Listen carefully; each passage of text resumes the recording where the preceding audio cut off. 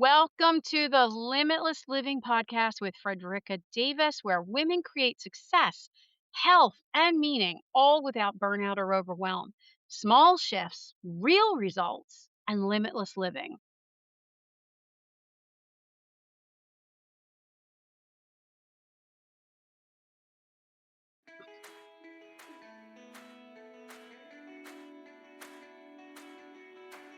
Welcome back to the Limitless Living podcast. I'm Fredricka Davis, creator of the Limitless Reset Method.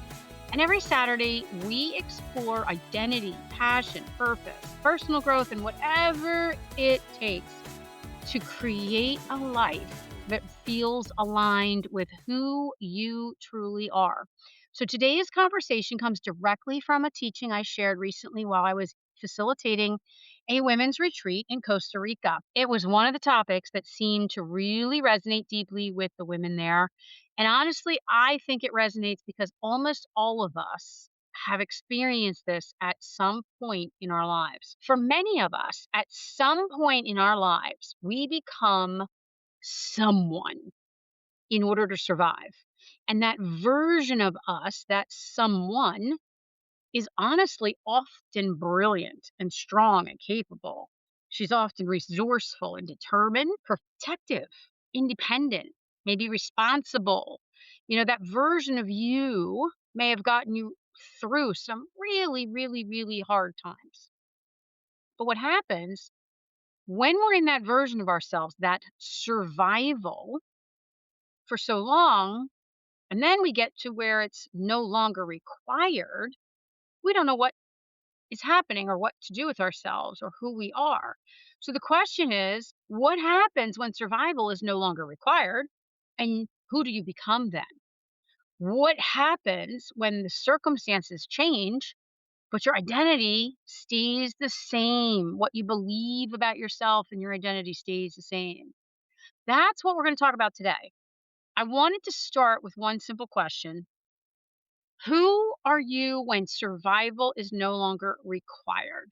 So, really take a minute to think about that. If you've had to live in survival mode, even if you're not right now, but you had to before, the question is, who are you now that you're no longer in that survival mode? Are you still believing and thinking that you're the same person? Or maybe you're in that survival mode. What happens when you no longer have to be in that survival mode? Who do you become then? Do you stay stuck in your survival behaviors? And those thoughts, there are specific thoughts that attach themselves to your way of thinking that develop as patterns when we are in this survival state. Now, this is a question most people never really ask themselves, I know. And whether you've thought about this before or not, I'm going to guess there's a good chance that you have actually lived some version of this and what I'm about to describe. We spend so much time figuring out how to get through the hard times, how to handle the hard stuff, the big stuff, the survival seasons, that we actually never stop and ask ourselves, who am I now? Who am I beyond the survival?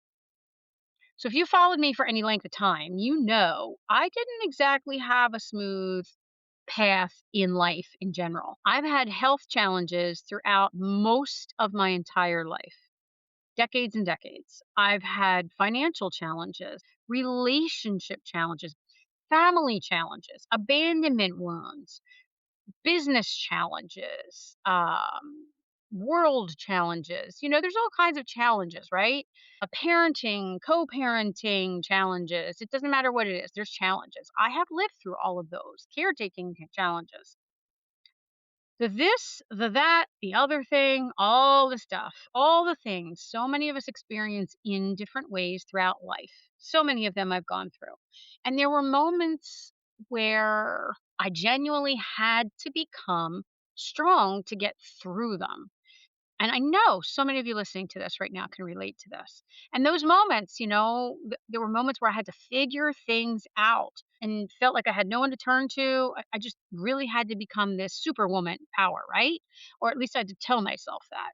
Ever feel like you're trying to tell yourself that, but you're not quite feeling like that? And those are the moments where I had to carry more than I ever, ever, ever wanted to carry. I'm betting some of you are really relating to this that's hitting home. So here's the thing, I am genuinely grateful for that version of me, the version that got me through all of that. But what I realized is this: the woman who helped me survive all of that, that woman inside me, the woman I pulled up from deep down in the depths and became because I needed to, isn't necessarily the woman who is meant to lead my entire life forever on and on and on, or my next chapter. Now, this is a huge realization. I don't know if this is landing for you, but maybe you've been feeling a little something like that too. Maybe you've been feeling like a little something is off. Maybe you're just sick of who you have had to be for so long.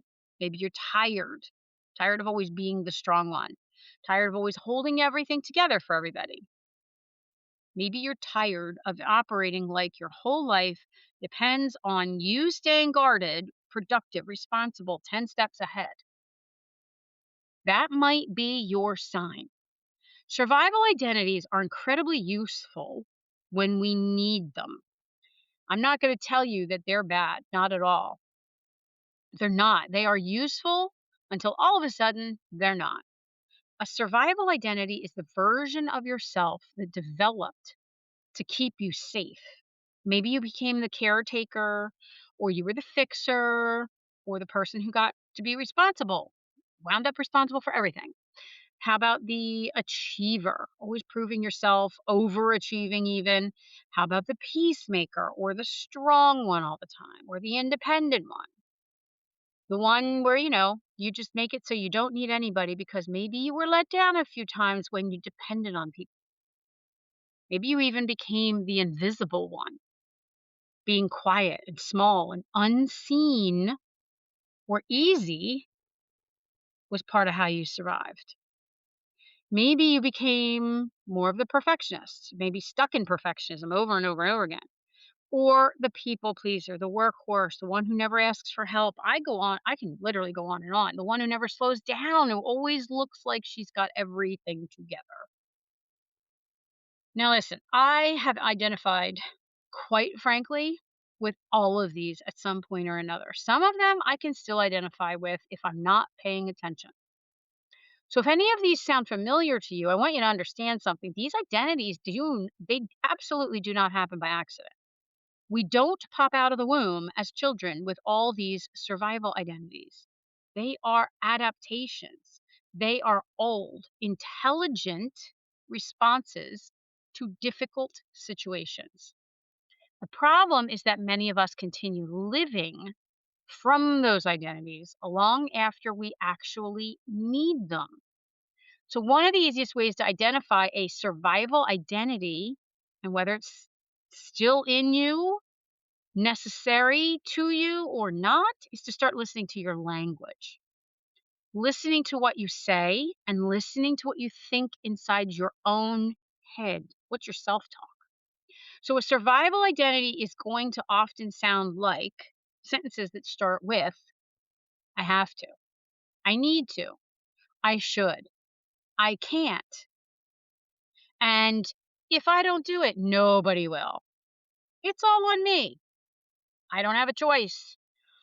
I'll rest when everything is done. Or I just need to push through. I just need to get to the other side. I have to hold it all together. Now, seriously, be honest, did any of these sound like familiar things that you say frequently? Because if they are, you're living in a survival identity. Whether you are in need of it right now or not, that's where you're at. So maybe you're well past needing that identity, but it's still playing in your head.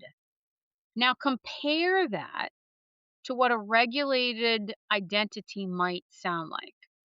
A regulated identity sounds more like I choose to, I get to, I can ask for help, I can take a break, I have options, I trust myself, I can handle this without carrying all of it, I don't have to prove my worth. Do you hear the difference in these statements? Whether you're saying them out loud or you're thinking them in your head, and usually the biggest culprit is what we think in our head, and then we start saying them out loud, so then we reinforce what was already in our head. It's a vicious cycle. So, one of these ways, the survival identity way, feels contracted and tight, whereas the regulated way of thinking and speaking, that should feel expanded. One way feels like survival, and the other feels like possibility. And dare I even say strength. And I mean inner strength when I say strength. It's a very different thing to say, I have to, I need to, I should, versus I choose to, I get to, I can. That language really matters because your language reveals your identity and your identity starts shaping your behavior. One of the things I noticed at the retreat was how many women were standing right at the edge of a new chapter in their lives, in themselves. Some were retired, some were widowed, some were rebuilding, some were healing. I had others that were, just asking themselves, okay, what's next? And what became clear was that many of them no longer needed the identities that had carried them for so long. Now, for some of them, this was decades, decades and decades. We had, there was one woman there who had carried an identity for almost 80 years and didn't fully know who she was without it. And I want you to think about that. How long have you carried an identity around with you? How long have you been operating from a version of yourself that maybe you no longer need? Or maybe you only need a little bit of her now, but you don't need her all the time. So if you've spent 30 years being the caretaker, 5 years, 10 years, whatever, who are you when you stop taking care of everyone else? If you spent decades proving yourself, who are you when there's nothing left to prove? If you've spent your life being the strong one, who are you when you allow yourself to actually receive support? These are powerful questions, and I want you to really sit with these. Sometimes they're really uncomfortable questions, too. You're going to hear me talk a lot about 3 words as we move forward and continue on, because I think these 3 words can really change how you operate when you identify, so to speak, with them. And the words are rooted, resilient, and limitless. Now, this is where my own framework comes in. Being rooted means knowing who you are underneath all the roles. Being resilient means navigating life's challenges without losing yourself in the process. Being limitless means refusing to be defined by old identities that no longer fit. That is what so many women are being called into right now, not becoming someone completely new, but actually coming home to who you've always been underneath all the survival patterns. So I want to give you a few questions this week, and I don't want you to rush these. If you've got your journal while you're listening, you can do it now or jot them down or come back to this later. I'll put them in the show notes too, but don't rush them. Really sit with them.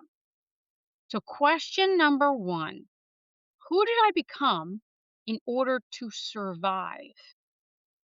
What roles did I take on? What patterns did I develop? What identity did I step into? What beliefs became attached to that? That's question number 1. All of that, just to give you some prompting. Question number 2, how has that version of me helped me? Because honestly, we are not here to judge that version of you. We're here to honor her. She got you here. She helped you survive. That's a beautiful thing. And question number 3, what is that version of me costing me now? Where is that identity limiting me? Where is it keeping me small? Where is it keeping me exhausted? Where is it keeping me disconnected? Okay. Question number 4, Who am I becoming now? Now, this is not who should you become, not who should I become, not who does someone else want me to become, but rather who am I becoming? Final question, question number 5. What parts of myself are ready to come home? Is it the playful part, the creative part, the adventurous part? Maybe it's a rested part of you, or joyful or curious. Maybe it's the woman who trusts herself again. Maybe it's the woman who is able to receive. Maybe it's the woman who doesn't have to prove anything. What parts of myself are ready to come home? So this week, here is what I want you to notice. Every time you catch yourself saying, I have to, I need to, I should, pause. Push your pause button. In one of our episodes, I talked about having an imaginary pause button on maybe one hand. I have mine right between my index finger and my thumb. So no matter where I am, with whether I'm with people and no matter what I'm doing, I can always push my pause button kind of indiscreetly and remind myself to take a breath, pause, and think, no matter what's going on. That can be a phenomenal tool, but push your pause button, right? So after you've said, I have to, I need to, I should, pause, ask yourself then, is this actually true? Or is this my survival identity talking again? And then I want you to try replacing it with, I choose to, I get to, I want to, I decided to, and watch what changes. Now, for example, none of us love sitting down to do finances, pay bills, handle paperwork, or all of the adulting things that we must do, right? But instead of saying, I have to sit down and do the bills, oh, I hate doing the bills. What if you said, I get to sit down and take care of my finances? I'm grateful. I am so capable of doing this. Now, is that going to magically pay your bills and make it your favorite thing? Absolutely not. But let's get real here. It changes the energy around it. It moves you from powerless in the feeling of doing that to responsible and to an actionable step that you chose and you're coming from your own power. You see the difference? It moves you from feeling trapped to capable, or from resenting it to choosing it. That's a huge emotional mental shift. And the goal is not to eliminate the survival version of yourself. The goal is to thank her, honor her, and appreciate her. Then to allow yourself to become more than her. Your survival self will still be there if you ever need her again. She's not going anywhere. But who you are when you become more than just your survival self, who is that person? Because the version of you that survived deserves immense respect. But who are you when you become more than just your survival self?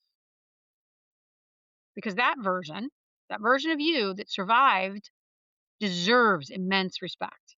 That version of you that gets to thrive now, though, that version deserves a chance.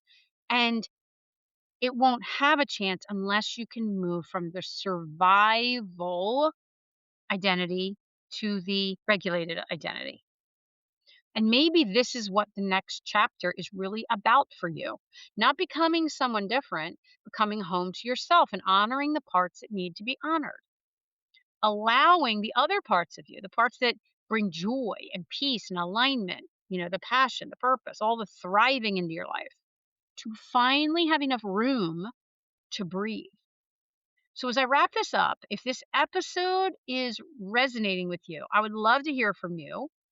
Give us a review, share this with somebody who might need to hear this, and come join us inside the Limitless Living group for women who want more on Facebook, and tell us, what was the survival identity that you discovered?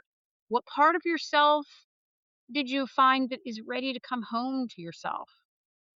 Maybe what are you choosing instead? Start the conversation, join the conversation. You can also learn more about the Limitless Reset method, coaching opportunities, upcoming experiences, and more at fredricka.davis.com. So until next time, Stay rooted, stay resilient, and be limitless. And remember, your next chapter may not require the same version of you that your last chapter did. So take care until next time.